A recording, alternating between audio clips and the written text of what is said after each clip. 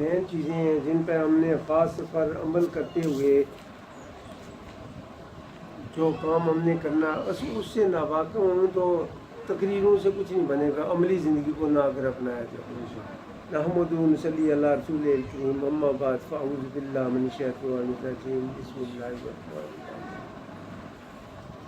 رأیت الذی یکذب بالدین فذلک الذی یدعو الیتیم ولا یحض علی طعام المسکین فویل للمصلین الذین هم عن صلاتهم ساہون الذین هم یراؤون ویمنعون الماعون۔ صدق اللہ العظیم۔ ان اللہ و ملائکاتہ یصلون علی النبی یا ایھا الذین آمنوا صلوا علیہ وسلموا تسلیما۔ اللہم صلی علی سیدنا مولانا محمد وعلی آل سیدنا مولانا محمد وبارک وسلم وصلوا علیہ۔ اس آیات اس صورت میں جو حکم دیا گیا ہے یہ بڑا ضروری، اس سے کے بغیر کوئی آدمی جنت میں داخل ہو جائے تو سوال ہی پیدا نہیں ہوتا۔ اس میں کیا کیا پابندیاں ہیں، کیا کرنا ہے، جو اس کو جھٹلائے گا وہ کبھی بھی دوزخ سے بچ نہ سکے گا اور جنت اس پہ یہ آرام ہو جائے گی اور نجات کا ذریعہ کوئی نہیں بن سکے گی۔ اور آیت الذی یکذب بالدین، وہ لوگ جو قیامت کے دن کو جھٹلائیں گے، اور جی مرنے کے بعد مر گیا، مٹی ہو گیا، کوئی نہیں، یہ قبروں والے کیا دیں گے، یہ ہوا وہ ہوا۔ یعنی قیامت پہ ایمان اٹھ جانا سب سے ایمان کی پہلی نقصان، پہلا تیر ہے یہ۔ فذلک الذی یدعو الیتیم، اور وہ لوگ یہ اسی میں زمرے آتے ہیں، وہ لوگ کیا کرتے ہیں اور مسکینوں کو کھانا دینے کی رغبت نہیں رکھتے۔ یہ جو ایسے لوگ ہیں قیامت پہ ایمان نہیں رکھیں گے، ہمیں تو پتہ آج ہم خرچ کریں گے تو قیامت ہمیں اس کا صلہ ملے گا، تو جس پہ قیامت پہ جس کا ایمان نہیں ہوگا تو وہ دیں گے، وہ تو رغبت نہیں دیں گے، ہم کھائیں پئیں موج ماریں، ہم کسی کو کیوں دیں بھائی، ہم نے اپنی کمائی کی ہے۔ وہ لوگ، ایک تو وہ جھٹلانے والے، دوسرا وہ لوگ جو مسکینوں کو کھانا دینے کی رغبت نہیں کرتے، ان کے لیے ولا یحض علی طعام المسکین، وہ جو مسکینوں کو، غریبوں کو، عاجزوں کو کھانا دینے سے انکار کرتے ہیں۔ فویل، ان کے لیے فویل للمصلین، وہ لوگ جو نمازوں میں خطائی کرتے ہیں، ویل دوزخ کا ان نماز پڑھنے والوں کے لیے جو اپنی نمازوں میں سستی کرتے ہیں۔ پڑھ لینا نہیں یار، وہی بات تو ہوگی جو کسی ٹائم مل گیا، نہیں تو یار میں ادھر مالا ہی پٹھے مانے نماز گزا ہوگی۔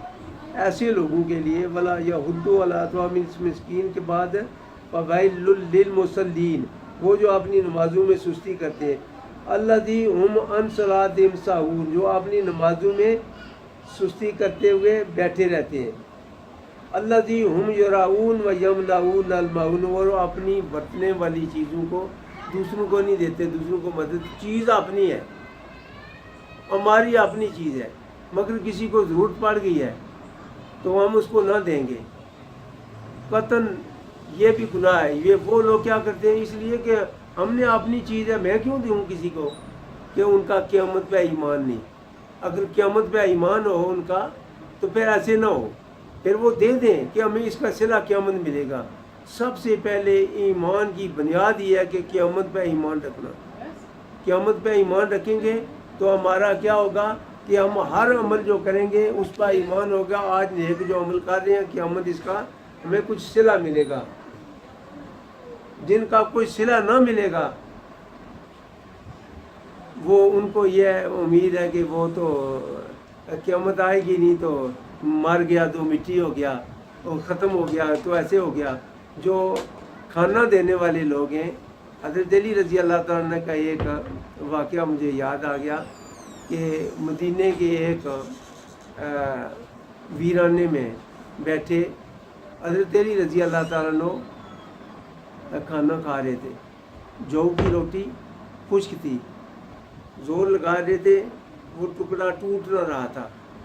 ایک مسافر وہ وہاں سے گزر رہا تھا تو اس نے دیکھا کہ یہ ایک بابا ہیں، تو پانی میں بھگو کر وہ کھانا کھا رہے تھے۔ تو انہوں نے دیکھا کہ یہ بابا اس کو کھایا نہیں جاتا، تو پانی تو میں بھی پیٹ بھوکا۔ انہوں نے کہا بابا جی میں کوئی ایسا گھر بتائیں جہاں سے انہوں نے تو پتہ چل گیا کہ یہ خود تو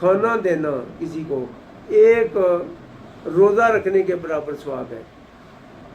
مگر ہم کیا کرتے ہیں، کھانا دینا تو درکنار رہا نا، بلکہ یوں ہے کہ اگر کوئی سوالی آیا تو اسی ایسے دیا کو باسی ٹکڑا دے دیا.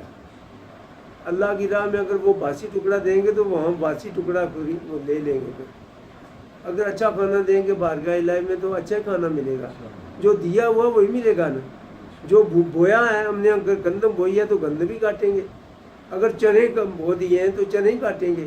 جو آج ہم بوئیں گے اس زمین پہ، اس عمل کریں گے، قیامت وہی ہمیں وصول ہوگا.